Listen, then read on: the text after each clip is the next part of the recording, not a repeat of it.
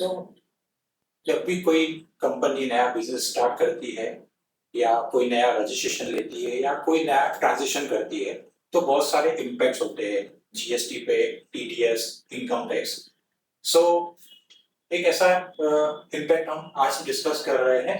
अगर कोई software developer company है, वो जीएसटी नया रजिस्ट्रेशन ले रही है तो उसके ऊपर क्या क्या इम्पैक्ट आएगा, मतलब जीएसटी रजिस्ट्रेशन पे क्या इम्पैक्ट आएगा, जीएसटी कंप्लायंस पे क्या इम्पैक्ट आएगा, टीडीएस, इनकम टैक्स पे क्या क्या इम्पैक्ट आएगा।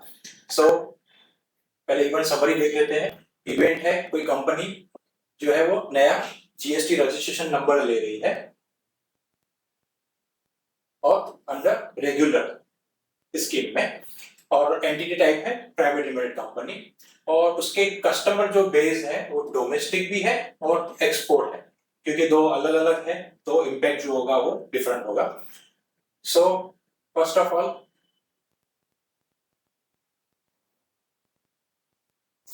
जीएसटी इम्पैक्ट देख लेते हैं।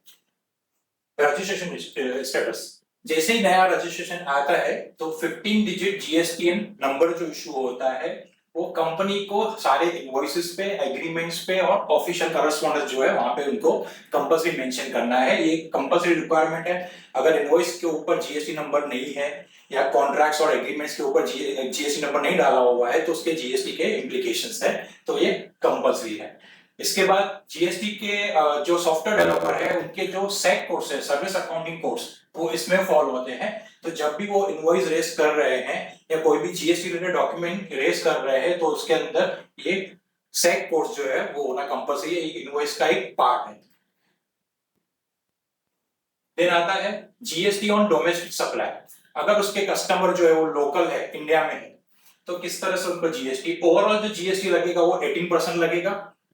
अगर विद इन सेम स्टेट है, अगर रजिस्ट्रेशन गुजरात में है और प्लेस ऑफ सप्लाई गुजरात है, तो टोटल 18% जो जीएसटी लगेगा वो सीजीएसटी 9% और एसजीएसटी जो है वो 9%, टोटल 18% लगेगा। अगर कस्टमर किसी और स्टेट में है तो टोटल जो जीएसटी लगेगा वो 18% और जो जीएसटी आएगा वो आईजीएसटी में आएगा। देन आता है प्लेस ऑफ सप्लाई। इस केस में प्लेस ऑफ सप्लाई कौन सा गिना जाता है, जो लोकेशन ऑफ रिसिपेंट है। अगर रिसिपेंट गुजरात के बाहर है तो आईजीएसटी लगेगा, रिसिपेंट गुजरात के अंदर है तो सीजीएसटी प्लस एसजीएसटी लगेगा। और अगर रिसिपेंट जो है वो इंडिया के बाहर है, फॉरेन कस्टमर है, तो उस केस में दो अलग अलग ऑप्शन है, एक्सपोर्ट अंडर एलयूटी और एक्सपोर्ट विद आईजीएसटी पेमेंट। अगर कस्टमर फॉरेन कस्टमर है और आप चाहते हो कि आपको जीएसटी अभी पे नहीं करना पड़े, आपको देखना है कि कैश आउटफ्लो कितना होगा अगर मैं अभी जीएसटी पे कर रहा हूं, तो अगर आपको जीएसटी आउटफ्लो, आपके पास कैश अवेलेबल नहीं है, तो आप विदाउट पेमेंट पे जा सकते हो by undertaking LUT. LUT file करने के बाद आप विदाउट जीएसटी पेमेंट आप रिटर्न फाइल कर सकते हो। और दूसरा ऑप्शन है एक्सपोर्ट विद आईजीएसटी पेमेंट।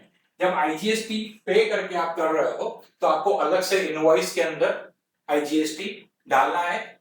एक इंपॉर्टेंट चीज, इस केस में आपको आईजीएसटी आपके फॉरेन कस्टमर से कलेक्ट नहीं करना है, उसे कलेक्ट नहीं करना है। सो इनवॉइस में आपको आईजीएसटी डालना है पर कलेक्ट नहीं करना है, और आपको रिफंड फाइल करना है RFD 01 में, तो आपको गवर्नमेंट से रिफंड आ जाएगा। पहले वाले केस में क्या है, आप जीएसटी चार्ज नहीं कर रहे हो तो ऑब्वियस बात है वो रिफंड नहीं आएगा, पर अक्यूमुलेटेड आईटीसी होगा उसका आप रिफंड ले सकते हो, claim refund of unutilised ITC. और इस केस में आप जो आउटपुट पे कर रहे हो उसका आप रिफंड क्लेम कर सकते हो। अब इसमें एक क्रिटिकल पॉइंट ये है कि जो एलयूटी है वो कंपल्सरी आपको export invoice, first export invoice जो आप रेस कर रहे हो उससे पहले आपको कंपल्सरी एलयूटी फाइल करना है। और एलयूटी जो है वो एक ईयर में, जो एक साल में जो ये फाइल होता है वो एक साल के लिए वैलिड होता है ना। कंडीशन, सर्विस फॉर सर्विस, जब भी एक्सपोर्ट करते हैं तो एक कंडीशन है कि फॉरेन एक्सचेंज में जो हमारा पेमेंट है वो एक साल के अंदर आ जाना चाहिए। अगर एक साल के अंदर पेमेंट नहीं आ रहा तो इसके ऊपर जो आपने विदाउट पेमेंट किया था उसके ऊपर आपको इंटरेस्ट के साथ जीएसटी पे करना पड़ेगा। तो ये एक इंपॉर्टेंट चीज है।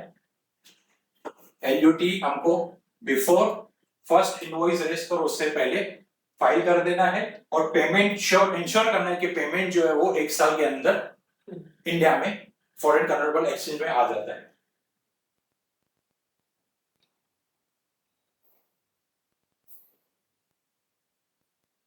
देन है इनपुट टैक्स क्रेडिट। अब जो सॉफ्टवेयर डेवलपर है उनको क्या इनपुट टैक्स क्रेडिट मिलेगा? तो yes, full ITC available all inputs used for domestic taxable supply. क्यों खाली डोमेस्टिक के लिए मिलेगा?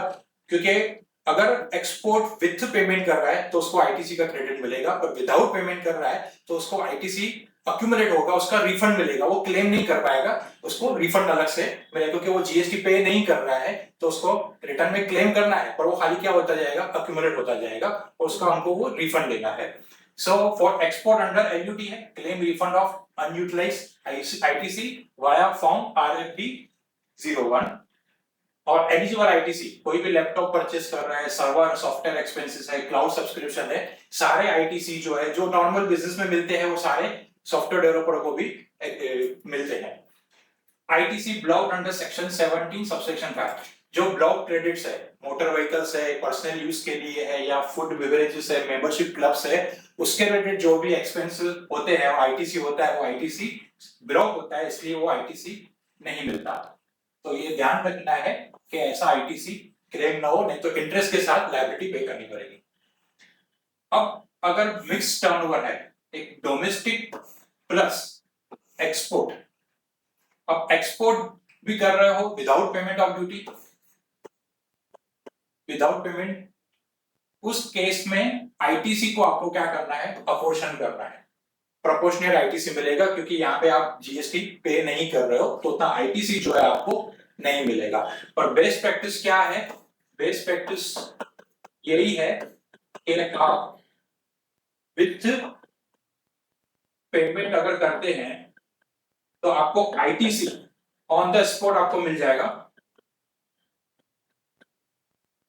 और जब आप रिटर्न फाइल करते हो, रिटर्न फाइल जो किया वो अपने आप में एक जीएसटी रिफंड की एप्लीकेशन हो जाती है, अलग से रिफंड की एप्लीकेशन करने की जरूरत नहीं है।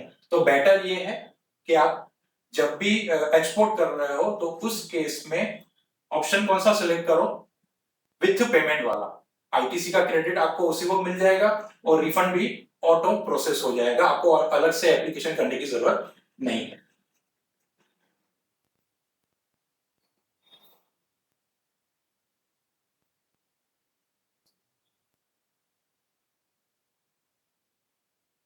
अभी आता है ई इनवॉइसिंग। ई इनवॉइसिंग कब कंपलसरी है? जब टर्नओवर 5 करोड़ से एक्सीड हो गया तो ई इनवॉइस कंपलसरी है। Annual aggregate turnover in any preceding financial year, कोई भी फाइनेंशियल ईयर में जब से जीएसटी एप्लीकेबल हुआ 2017-18 से, किसी भी साल में आपका टर्नओवर 5 करोड़ से ऊपर एक्सीड हो गया तो आपको ई इनवॉइस जो मैंडेटरी हो जाएगा। इवन इसके बाद टर्नओवर अगर आपका डाउन भी हो जाता है, 5 करोड़ से नीचे भी आ जाता है, तो भी उसका फर्क नहीं पड़ेगा, क्योंकि एनी फाइनेंशियल ईयर अगर एक बार एक्सीड हो गया तो आपको परमानेंट ई इनवॉइस जो वो एप्लीकेबल हो जाता है। सो इसका खास ध्यान रखना है कि ये नहीं सोचना है कि अभी टर्नओवर कम हो गया तो हमको ई इनवॉइस एप्लीकेबल नहीं, ऐसा नहीं है। किसी भी प्रीसीडिंग फाइनेंशियल ईयर में एक भी साल में अगर 5 करोड़ से टर्नओवर ऊपर गया तो आपको कंपलसरी ई इनवॉइस एप्लीकेबल है। और अगर टर्नओवर आपका 10 करोड़ या उससे ज्यादा है तो आईआरपी जो ई इनवॉइस का पोर्टल है उसके ऊपर कंपलसरी 30 डेज के अंदर आपको इनवॉइस जो है वो अपलोड कर देना है। सो ये ई इनवॉइसिंग के लिए आपको किस चीज का ध्यान रखना है? आपको ध्यान रखना है कि आपका ईआरपी और जो बिलिंग सॉफ्टवेयर है वो ई इनवॉइस जनरेट करे, उस तरह से उसको कॉन्फ़िगर करना है ताकि आपका ई इनवॉइस इजीली अपलोड हो सके। Now export invoices are also covered under e-invoicing once threshold is exceeded. अब थ्रेशोल्ड जो है ये 5 करोड़ वाली एक बार एक्सीड हो गई तो कंपलसरी आपको ई इनवॉइस एप्लीकेबल है। ऐसा नहीं है कि एक्सपोर्टर के लिए एप्लीकेबल नहीं, वो सबके लिए एप्लीकेबल है। नाउ ई-वे बिल, अभी क्योंकि एक्सपोर्ट ऑफ सर्विस है, हम सॉफ्टवेयर डेवलपर की बात कर रहे हैं तो उसमें जनरली एक्सपोर्ट गुड्स नहीं होते जनरली, तो ऐसे केस में ई-वे बिल जो होगा वो एप्लीकेबल नहीं होगा। पर सपोज करो वो जो सॉफ्टवेयर है किसी हार्डवेयर और स्टोरेज डिवाइस के साथ हम दे रहे हैं तो वो फिजिकली गुड्स की जो मूवमेंट होती है, तो अगर उसका वैल्यू 50,000 से ऊपर होगा तो ई वे बिल भी कंपलसरी होगा, ठीक है।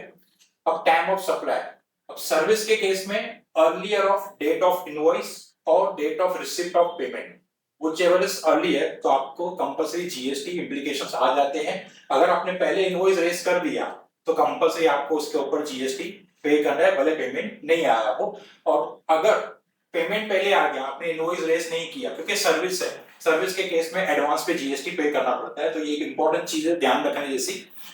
देन आता है एक्सपोर्ट, एक्सपोर्ट के केस में date of issue of invoice और date of provision of service, service complete हुआ और इनवॉइस इश्यू हुआ, उनमें से जो पहले है उस हिसाब से जीएसटी के लायबिलिटी बनेगी।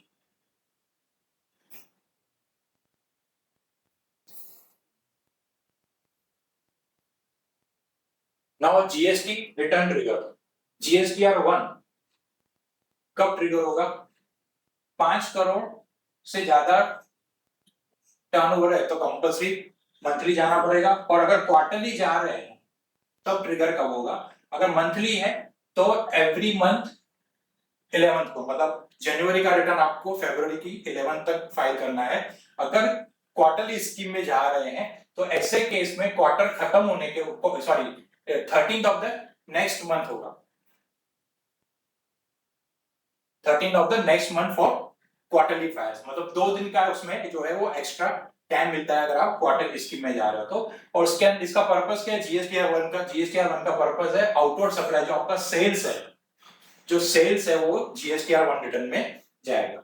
देन आता है 3B, 3B मंथली और क्वार्टरली। अगर मंथली स्कीम में है, जैसे जीएसटीआर 1 का मंथली स्कीम है, तो ऑब्वियस है 3B का मंथली होगा। सो मंथली स्कीम में 20th of the next month for monthly and 22nd of the month after the end of quarter, मतलब क्वार्टर खत्म होने के बाद जो 22nd आता है उस दिन पे आपको ये 3B जो है वो ड्यू डेट होती है। अब जीएसटीआर 9 कब एप्लीकेबल है? अगर एनुअल टर्नओवर जो है आपका 2 करोड़ से ऊपर है तो आपको कंपल्सरी एनुअल रिटर्न फाइल करना पड़ता है, और उसकी ड्यू डेट है 31 दिसंबर। जीएसटीआर 9C, इसको बोलते हैं रिकंसिलिएशन स्टेटमेंट और जीएसटी ऑडिट, उसका भी ड्यू डेट है 31 दिसंबर। पर इसमें कंडीशन है कि टर्नओवर अगर एक्सीड होता है 5 करोड़ तो आपको कंपल्सरी करना है। अगर आप चाहो